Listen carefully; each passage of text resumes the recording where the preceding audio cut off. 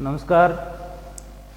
तो आज अपने बात करते हैं चैप्टर नंबर 4 का पार्ट सेकंड। एक टॉपिक शेष रह गया था, उसके बारे में अपने बात करते हैं।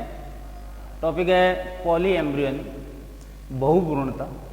बहुभ्रूणता का मतलब एक से ज़्यादा भ्रूणता, एक से ज़्यादा भ्रूण का विकास। अगर एक बीज में एक भ्रूण पाया जाता है और उसकी जगह पर मान लो एक से ज्यादा भ्रूण बन जाए, तो सामान्यतया एक बीज में एक ही भ्रूण का विकास होता है, लेकिन कई बार एक बीज में एक से अधिक भ्रूण का विकास हो जाता है। यह घटना पॉली एम्ब्रियोनी या बहुभ्रूणता कहलाती है। तो एक बीज में एक से अधिक भ्रूण का विकास बहुभ्रूणता कहलाता है। बहुभ्रूणता का सर्वप्रथम अध्ययन एंटोनी वान लुएनहोक ने सन 1714 में किया और इन्होंने बहुभ्रूणता को संतरे के बीजों में देखा। संतरे के बीजों में यानी सिट्रस जो फल है, संतरा है, नींबू है, माल्टा है, मौसमी है, इन सभी के बीजों में बहुभ्रूणता पाई जाती है, यानी बीज के अंदर एक से अधिक भ्रूण का विकास होता है। तो एंटोनी वान लुएनहोक ने संतरे के बीजों में सबसे पहले इसे देखा। इसके बाद बहुभ्रूणता का पाया जाना मुख्य रूप से कौन से पौधों का लक्षण है? जिम्नोस्पर्म, अनावर्त बीजी, साइकास्पाइनस इफेड्रा। राजस्थान के अंदर जो जिम्नोस्पर्म पाया जाता है, इफेड्रा। तो ऐसे प्लांट जिनके बीज के चारों तरफ आवरण नहीं पाया जाता है, उनमें एक से अधिक भ्रूण का विकास होता है। तो जिम्नोस्पर्म अनावर्त बीजी पादपों का मुख्य लक्षण माना जाता है। और कुछ आवर्त बीजी पादपों में भी बहुभ्रूणता पाई जाती है, जैसे तंबाकू, नींबू, जामुन, इन सभी के अंदर बहुभ्रूणता पाई जाती है। बहुभ्रूणता के कारण क्या क्या हैं, इनके बारे में अपने चर्चा करते हैं। क्या क्या कारण हो सकते हैं बहुभ्रूणता के? नंबर 1, प्राक भ्रूण के विदलन से। बहुभ्रूणता के कारण की अगर अपने बात करें तो पहला है प्राक भ्रूण के विदलन से। डियर फ्रेंड्स, ये जैसे मान लो एम्ब्रियो है, भ्रूण है, और इस भ्रूण का जब विकास होता है तो विकास के समय प्रत्येक कोशिका पूर्ण शक्त होती है, टोटिपोटेंट। अगर इस भ्रूण का विदलन हो जाए, विदलन का मतलब एक प्रकार का समसूत्री विभाजन है। विदलन जब होता है तो कोशिकाओं की संख्या तो बढ़ती है, लेकिन आकार नहीं बढ़ता। तो प्राक भ्रूण है, या आपने कह सकते हैं जाइगोट जो होता है, उसके अंदर विभाजन हो जाए। अगर मान लो 4 टुकड़े हो जाए, मानव के अंदर भी ये स्थिति है। अगर एक जाइगोट के 2 टुकड़े हो गए, 2 भ्रूण का विकास हो गया। दोनों अलग अलग होने चाहिए, अन्यथा अगर गेंद के रूप में एक ही बंधा हुआ है तो एक ही भ्रूण का विकास होगा। 4 हो गए तो 4 का होगा, लेकिन 4 के बाद में होगा तो उनका डेवलपमेंट ठीक ढंग से नहीं हो पाएगा। तो इसमें जैसे मान लो प्राक भ्रूण का विदलन हो रहा है, शुरुआत में प्राक भ्रूण का मतलब जाइगोट के टुकड़े हो रहे हैं और प्रत्येक टुकड़े से भ्रूण का विकास हो रहा है, तो ऐसी स्थिति बहुभ्रूणता में आती है। दूसरा, भ्रूण कोश में स्थित एक सेल के साथ साथ अन्य कोशिका से भी भ्रूण का विकास। इसको और समझिए, इसको ऐसे समझे, भ्रूण कोश, ये भ्रूण कोश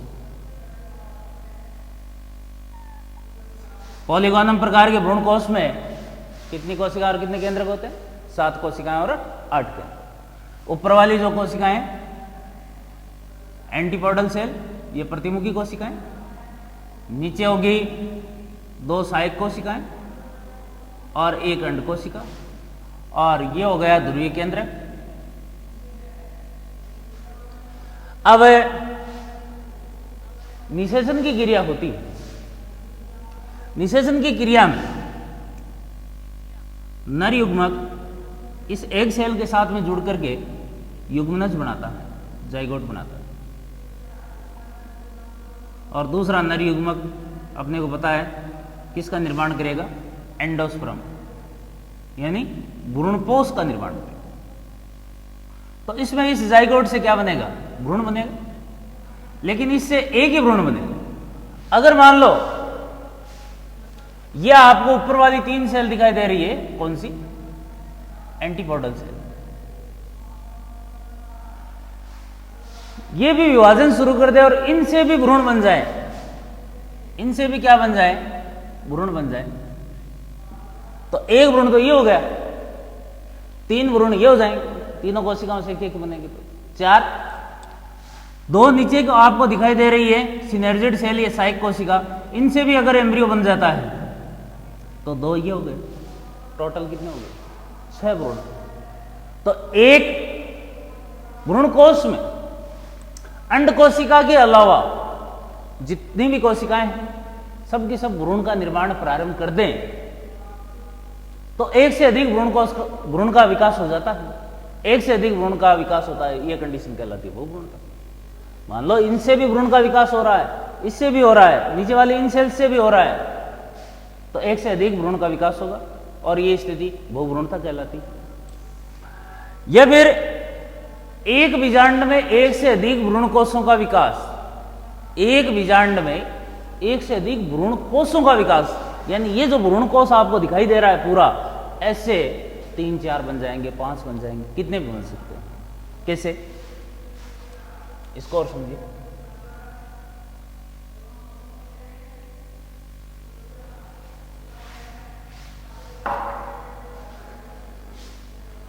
जैसे मान लो ये बीजांड, शुरुआत में ये न्यूसिलस होता है, बीजांड काय,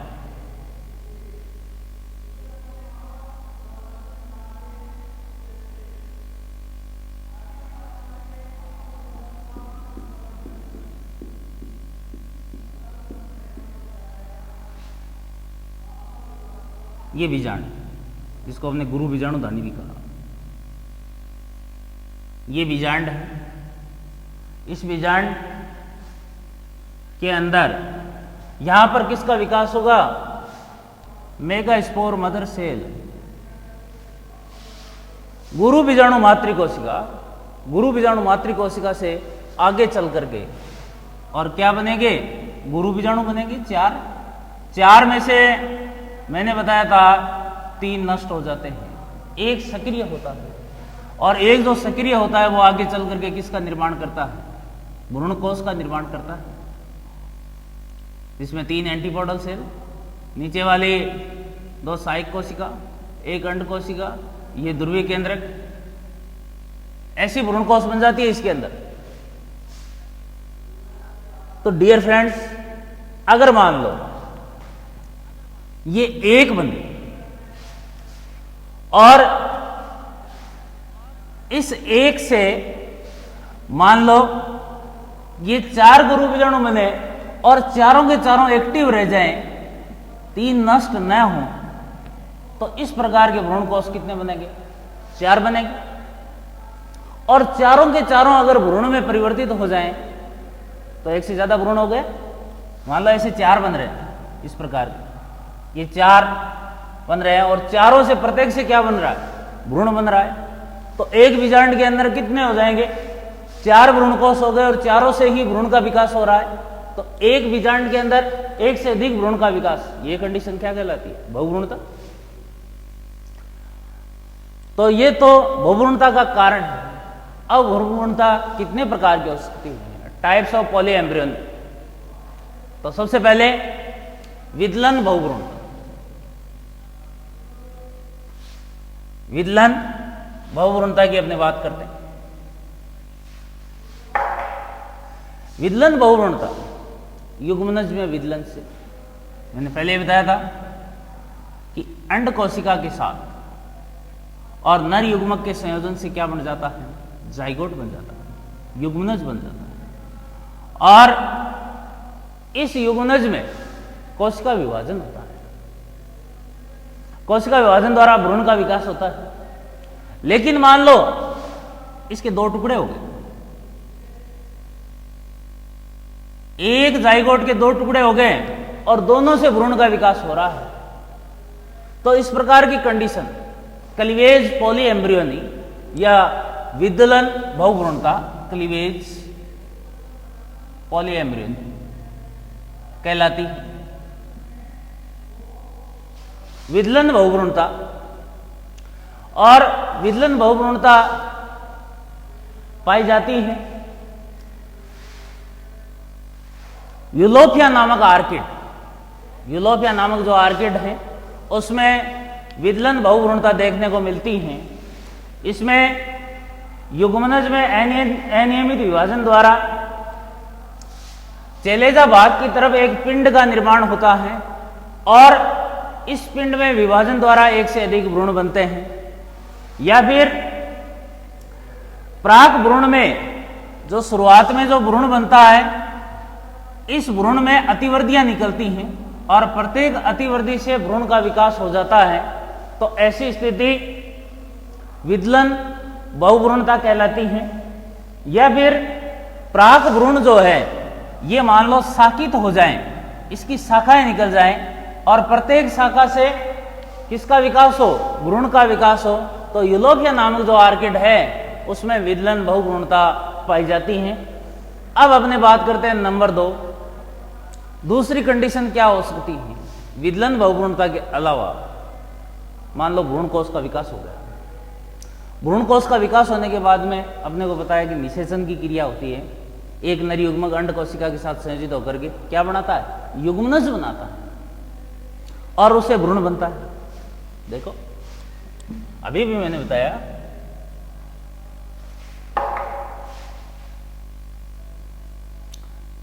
ये भ्रूण कोष एम्ब्रियो सेक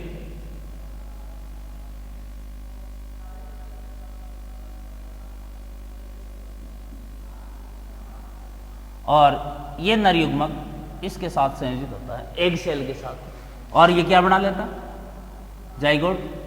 जाइगोट से क्या बनता है, एम्ब्रियो, भ्रूण।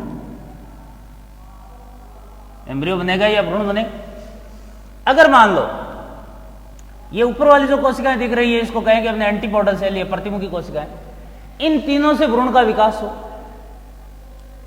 या नीचे जो आपको सेल दिख रही है इस अंड उपकरण में सहायक कोशिकाएं, इनसे भी भ्रूण का विकास हो। ये कह रहा है कि बीजांड में या भ्रूण कोष में अंड कोशिका के अलावा अन्य कोशिका से भ्रूण कोष का विकास होता है, तो वो भी एक बहुभ्रूणता का प्रकार है। अगर मान लो इस कोशिका से हो रहा है या इन नीचे वाली सहायक कोशिकाओं से भ्रूण का विकास हो रहा है, तो ये भी बहुभ्रूणता का प्रकार है। तीसरी कंडीशन, हाँ, इस प्रकार की यानी भ्रूण कोष में अंड कोशिका के अलावा और अन्य कोशिका से भ्रूण का विकास, इस प्रकार की कंडीशन मिलती है अपने को एरिस्टोलोकिया में। इसके बाद तीसरा प्रकार है बीजांड में एक से अधिक भ्रूण कोषों का विकास। ये अभी भी मैंने बताया कि गुरु बीजाणु मातृ कोशिका है, उससे 4 गुरु बीजाणु बनते हैं, चारों एक्टिव फॉर्म में रहे तो 4 भ्रूण कोष बनेंगे।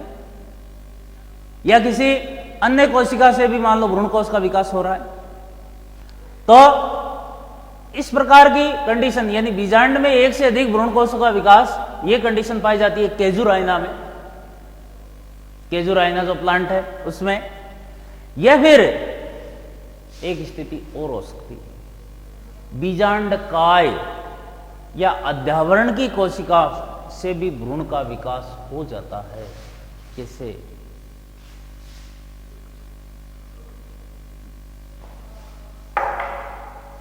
बीजांड काय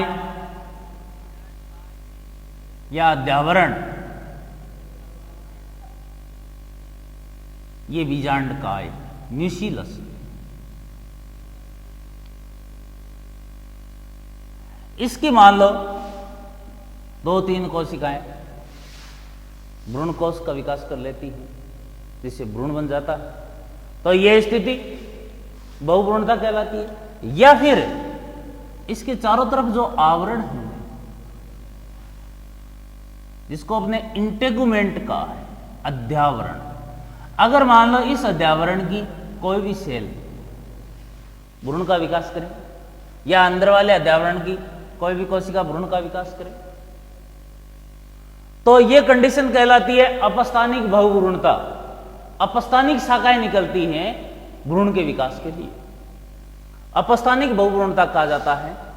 तो बीजांड काय या अध्यावरण की कोई भी कोशिका विकसित होकर के यदि भ्रूण का विकास करती है तो इसे अपस्थानिक भ्रूणता बहुभ्रूणता कहते हैं। तो ये बहुभ्रूणता के 4 प्रकार हो गए। इसके बाद लास्ट में अपने बात करते हैं डियर फ्रेंड्स बहुभ्रूणता का महत्व। बहुभ्रूणता का महत्व क्या है इसके बारे में अपने बात करते हैं। तो विज्ञान की एक शाखा है सेल बायोलॉजी, कोशिका विज्ञान। सेल का अध्ययन साइटोलॉजी कहलाता है। कोशिका की खोज सबसे पहले रॉबर्ट हुक ने देखा, उसके बाद में इसी में बहुभ्रूणता में नाम आया एंटोनी वान लुएनहोक, जिन्होंने जीवित कोशिका को सबसे पहले देखा। तो सेल बायोलॉजी का अध्ययन करने में आसानी रहती है। इसके अलावा एक शाखा है जेनेटिक्स, फादर ऑफ जेनेटिक्स कहे जाते हैं Gregor John Mendel. Gregor John Mendel ने जिस शाखा के जनक माने जाते हैं फादर ऑफ जेनेटिक्स, उसका अध्ययन भी किया जाता है, आनुवांशिक गुणों का अध्ययन किया जाता है। इसके अलावा उद्यान विज्ञान, सस्य विज्ञान, ये एग्रीकल्चर की सब्जेक्ट है, इनमें भी ये उपयोगी हैं। इसके अलावा बहुभ्रूणता द्वारा उत्पन्न पौधे जो होते हैं एज ए क्लोन, मातृपादप के समान होते हैं सभी गुण और ओज गुण से भरपूर होते हैं, यानी पर्याप्त मात्रा में ओज गुण इसके अंदर पाया जाता है और इस विधि द्वारा उत्पन्न पौधे रोग रहित होते हैं, किसी प्रकार के संक्रमण होने की संभावना नहीं रहती है। तो डियर फ्रेंड्स, इसी के साथ में आपकी पहली यूनिट जो 4 मार्क्स की है वो कंप्लीट होती है। अब हमने ये पढ़ चुके हैं प्लांट एम्ब्रियोलॉजी और आगे की वीडियो में अपने पार्ट पढ़ेंगे एनिमल एम्ब्रियोलॉजी। धन्यवाद।